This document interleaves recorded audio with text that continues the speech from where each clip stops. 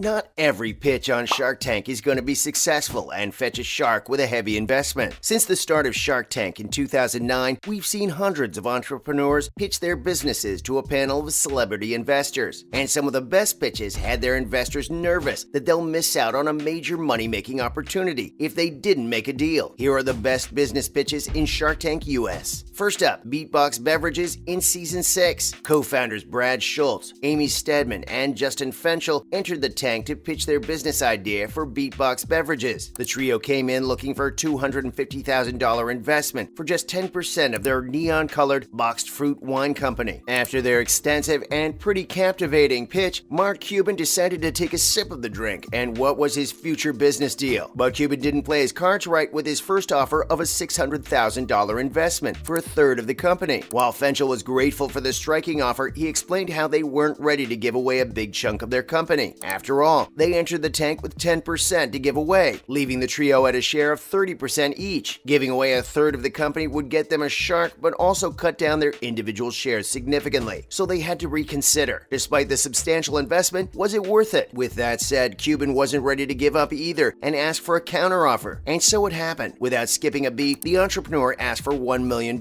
in exchange for what Cuban wanted, a third of the company. And the next thing we know, they shook hands on the deal. One of the most common reasons why entrepreneurs enter the tank with a promising business pitch but leave without a dime is because they become pretty indecisive or anxious. The Beatbox Beverages team trusted their partners and had prepared enough to make sure nothing caught them off guard. And that's pretty much how they ended up with a huge investment that's honestly pretty unlikely to happen on the show. Next up, Amazing Lights in Season 6. Now, other than the nerve-wracking deals on the show, we love extravagant pitches that put up a good performance. While that's all great for a television show and audience like us, quite often it can hide the deficiencies in a company that the investors absolutely need to see. In the case of Amazing Lights, however, we saw a giant cartoon headpiece, which, not gonna lie, we thought was a modified version of Marshmallow. But even he couldn't pull off the light show that they used to demonstrate their very strange but definitely Gen Z product. Gloves with LED lights on fingertips that are probably the next big thing at raves. Founder and CEO Brian Lim entered the tank with his pretty snazzy pitch that showed the importance of self-promotion even when you're trying to grab investors. In fact, Lim was able to convince them that the $7 million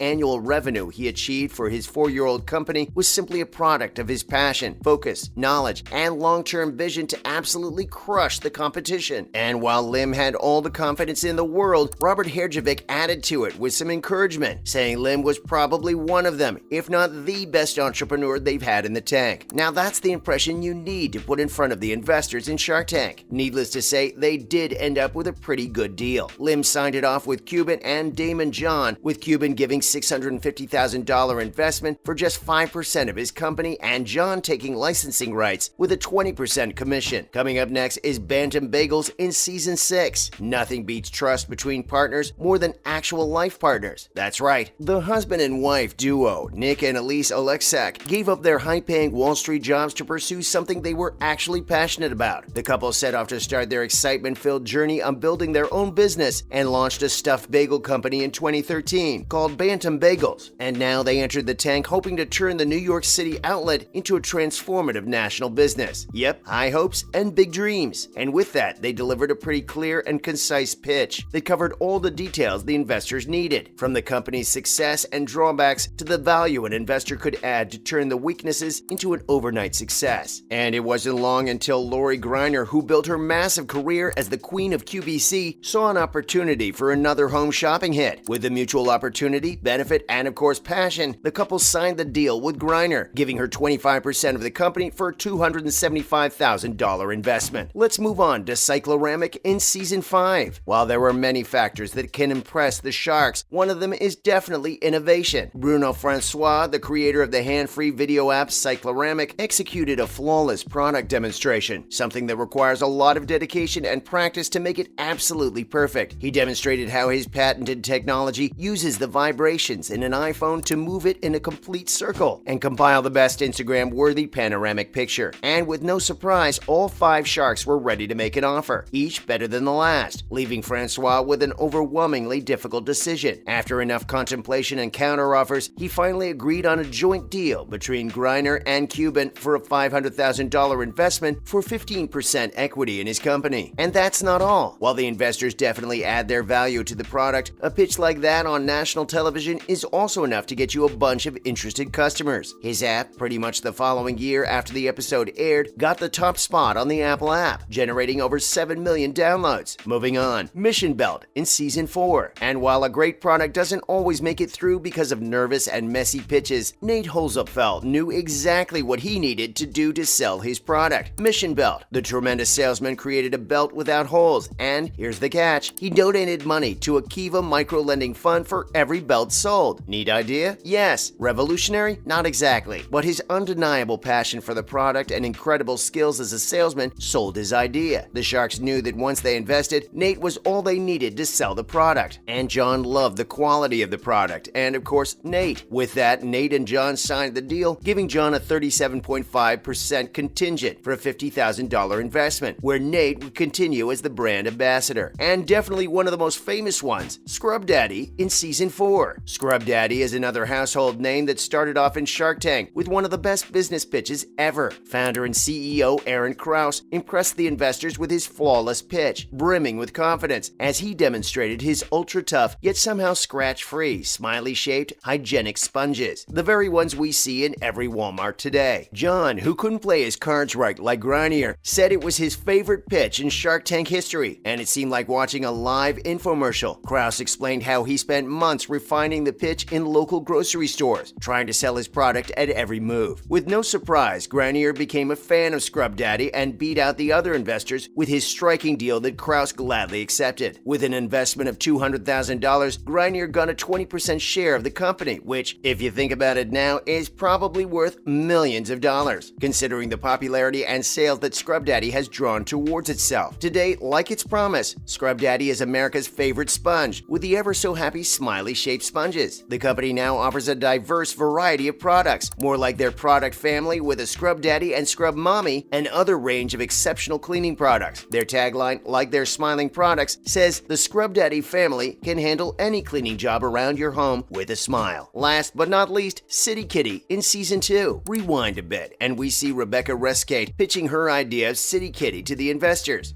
But sometimes even the best products seem absurd at first, leaving entrepreneurs with a final opportunity to assert seriousness while maintaining a sense of humor. And honestly, City Kitty seemed like a lifesaver for cat owners. It's the cat toilet training kit that teaches your cat to be a little bit more civilized and use the toilet instead of the litter box, saving you from the dreaded cleaning every week. And after a good enough round of jokes, the investors were ready to make a deal after Rebecca showed the worth of her products through the only number investors love, sales. With $225,000 in sales in 1 year, driven by the one-woman enterprise, backed by an impressive pitch and a life-changing product, she managed to sign a deal with Kevin Harrington for $100,000 for 20% equity. That's a wrap for this video. Which one of these business pitches in Shark Tank was your favorite? Let us know in the comments below. Make sure to give this video a thumbs up and subscribe to our channel for more videos like this. See you in the next one.